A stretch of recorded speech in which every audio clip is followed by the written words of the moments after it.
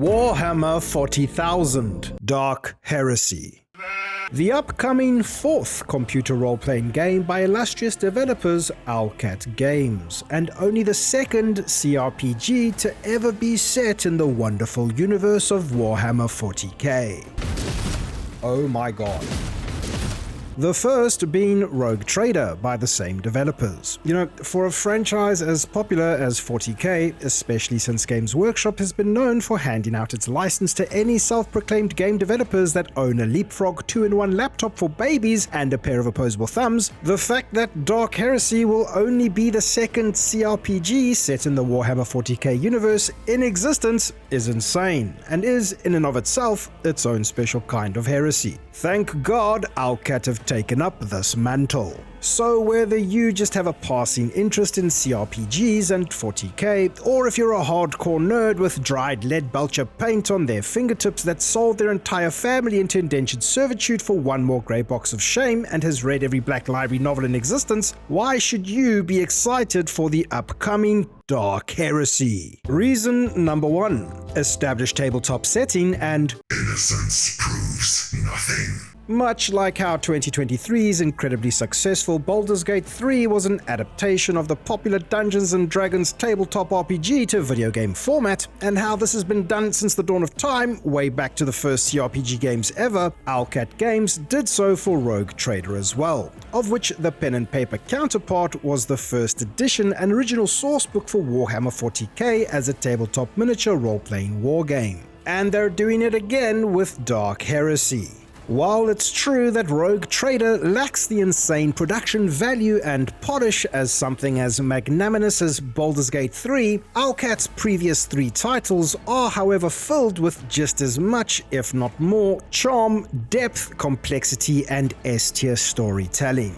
And except for much higher production value, Warhammer 40,000 Dark Heresy is shaping up to be no different. But why the hype? Why should we be excited? Well, in Dark Heresy, you're going to be taking on the role of an acolyte of the Imperial Inquisition itself. But avoid Hammer Time Guy, why is that hype? I cannot hear you scream. Handsome viewer, I'll explain you why.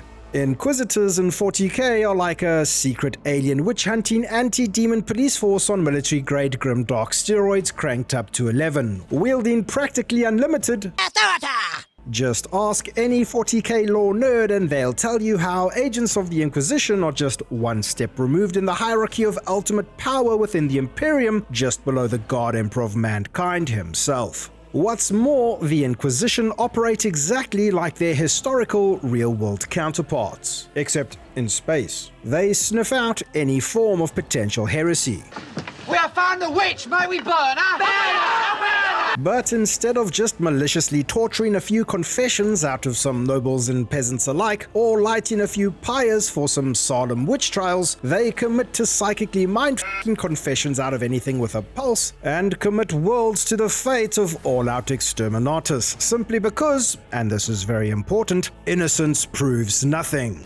You basically get to flesh out this Wikipedia article, but instead of fleshing out this Wikipedia article, you get to play an awesome grimdark CRPG filled with investigation and interrogation as you exploratory your way through the Calixis Sector, enjoying high-octane tactical turn-based combat along the way as you exercise your inquisitorial might to uncover the mysteries of the Tyrant Star. But more on that later. If all of this alone is not enough to get you hyped for Dark Heresy, then reason 2, improvements over Rogue Trader and full voice acting. It's no secret that Owlcat Games' previous titles are huge, sprawling, massive CRPGs with tons of depth and complex systems that can be a chore for average John Warhammer to wrap their smooth, butcher's nailed brains around. Many consider that depth and complexity a huge positive, but the biggest turnoff for most gamers who would otherwise have an exceptionally good time in a title like Kingmaker or Rogue Trader is the fact that these games have not been fully voice acted. And I understand, these titles would be far more accessible if not for the fact that the lack of voice acting almost seemed like a signal to the game's writers to overcompensate with even more writing. And I mean A lot of writing. Aboard this vessel, you have at your command thousands of crew members, servant of the Omnisire, Machine God, a supernatural entity god of all knowledge. It appears that the heretics were deliberately targeting the vessel's command. There is no one among. But do not despair, handsome viewer, because as of recording this video, it's been confirmed that Dark Heresy will in fact be fully voice acted. This alone is a great sign that Owlcat Games are already hitting their stride, growing from the success and gains of previous releases and throwing them into their future titles to produce much higher quality and polished games. Just look at how the highly anticipated adaptation of The Expanse, Osiris Reborn, is shaping up.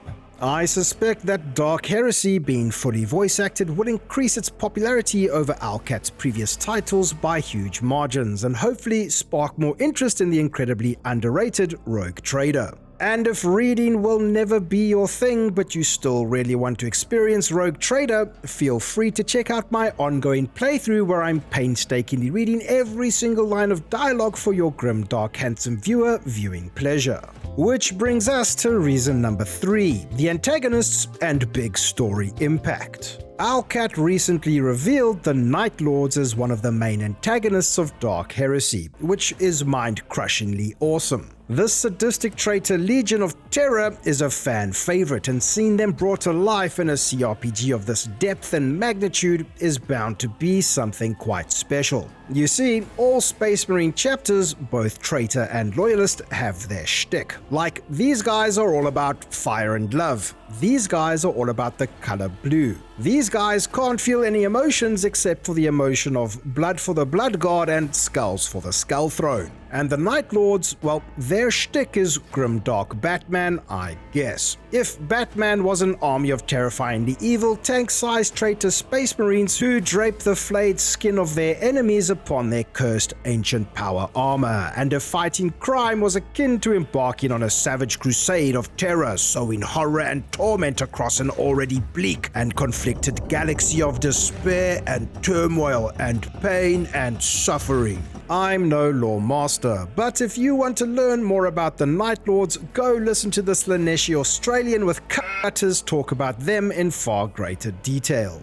Aside from having great antagonists, what we know about the story so far may have broader implications on the overall Warhammer 40k narrative, which, while it does have innumerable books and stories set in it, it does take decades to actually move forward as a whole. Dark Heresy sets the scene with a horrifying cosmic entity known as the Tyrant Star, which has been appearing seemingly at random, and when it does, it plunges entire star systems into absolute chaos, ruining worlds and consuming millions upon millions of lives. However, it has been speculated that the Tyrant Star has something to do with the Cicatrix Maledictum, the huge tear in real space from which the warp bleeds into reality.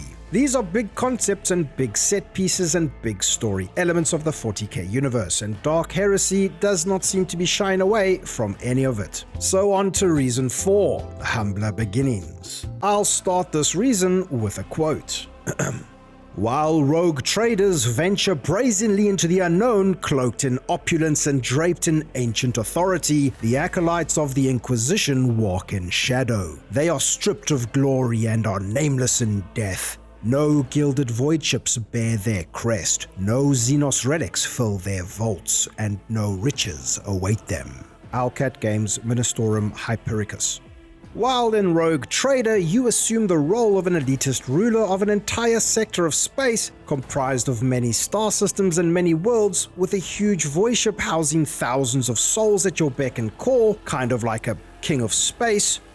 Space King of Space. In Dark Heresy, by comparison, you're a space nobody. Now, this might contradict reason 1 of this video, which stated that the Inquisition, as an institution, are second only to the Golden Throne itself, and may supersede even the Holy Lords of Terror in terms of the hierarchy of power within the Imperium. But you don't play as the entire Order of the Inquisition in Dark Heresy. You are merely an acolyte, an initiate, a novice, a noob. And this ties in with how the Inquisition works throughout 40k. Inquisitorial agents may have unlimited authority, but time, resources, communications, the vastness of space, politics, factionalism, all these things still dictate to what extent you can exercise that authority. For in the grim darkness of the far future, there is only war. But unnecessary wars can be won before they even begin by independent agents of the Inquisition. This sets the scene for a great grimdark hero's journey as you embark on your quest to uncover the mysteries of the Tyrant Star throughout the Calixis Sector and figure out what kind of agent of the Inquisition you are along the way. For within the Inquisition itself, there are various factions, all with their own varying schools of thought, from diligent Puritans who operate flawlessly and resolutely in the name of the Emperor, to intense radicals who might stoop to more heretical methods so long as it gets the job done. Or as I like to call it, heresy for thee, but not for me. We'll be spying, interrogating, infiltrating, torturing, and fighting our way through a huge campaign where every decision the player makes, every scene investigated, every interrogation tortured, and every combat fought will have ramifications on the greater outcome of the story as we gain power and influence, and eventually get to over level 40 or something so we can look like this guy, replete with a plus 22 periwig of Xenos slaying. And lastly, reason 5, no shitty business or monetization practices. When it comes to modern gaming, things can kind of suck, and even single-player experiences are not immune from disingenuous monetization practices that at best leave a bad taste in your mouth and at worst can ruin what could otherwise be your favorite games. But just like Larian Studios were heralded as the second coming of Christ for their immaculate work on Baldur's Gate 3, so too do Owlcat Games have a tried and true pedigree of not f***ing up when it comes to how they make money from their games. That's right, Owlcat are old school through and through. You buy their game once and you're done. And they'll inevitably expand on the game in the years following its release in the form of DLC, much like they've done with Rogue Trader, which even 2 years after release is still getting massive free patches that add tons of fixes, replay value, and entire mechanical redesigns for character origins that have totally upgraded how certain builds play. And not to mention another 2 DLCs are still on the way, slated for release in 2026. There's genuine value for money here. No microtransactions, no gimmicks, no bullshit. Just passionate developers making incredible gaming experiences that deserve our attention. You buy Dark Heresy once, or any of Owlcat Games' other titles for that matter, and you get a massive, deep, sprawling CRPG, 2 of which so far are set in the incredible Warhammer 40k universe with all the grim dark trimmings. Developers like this, especially in modern times, should be celebrated and supported. If I've convinced you, check out their store page on the official Owlcat Games website to directly support them and their development of this insanely exciting title. I'm not sponsored by them or anything, I just want great games and great game developers like this to receive all the success in the world and spread the hype of their incredible games. Dark Heresy enters an early alpha testing phase on December 16th, so it will be playable by some of us as early as next month. If my time in Rogue Trader is anything to go by,